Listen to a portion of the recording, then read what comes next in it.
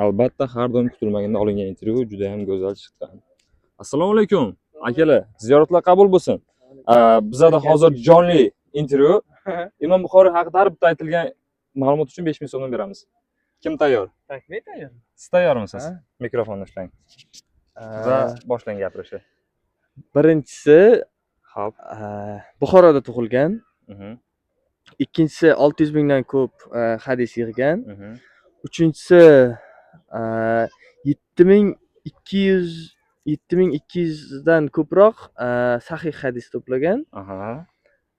61 yoshida Samarqandda mana shu qishloqda vafot etganlar. Qishloq nomi? Qishloq nomi eski nomini hozir. Eski nomini.